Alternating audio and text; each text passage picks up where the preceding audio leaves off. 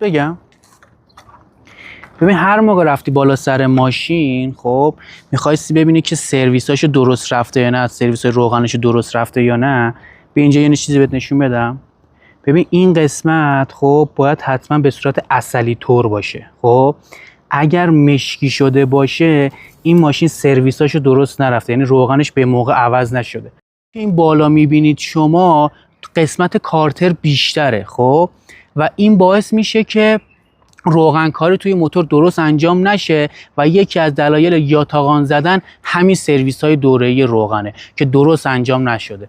پس اولین آیتمی که شما بررسی میکنید وقتی که میرید بالا سر یه ماشین میخواید یه ماشینی بخرید، حتما این قسمت رو بررسی بکنید چون راحت. حالا بیا اینجا.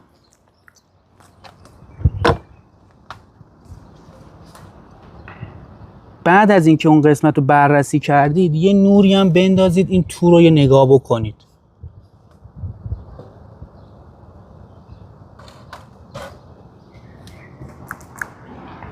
که دقتمون بیشتر بشه توی این زمینه از تجهیزات استفاده میکنیم که بتونیم به راحت تر تمام قسمت های موتور رو ببینیم، چون که خیلی از آدما هستن که برای اینکه این داستان شما متوجه نشید میان این قسمت ها رو پاک میکنن و قسمت هایی که شما دیده شماست هم با یه چیزی تمیز میکنن. پس با یه سری ما برای اینکه کارمون دقیق تر بشه به یه سری تجهیزات نیاز داریم که کامل موتور رو بررسی بکنیم. خیلی مخلصم، در خدمتتون هستم.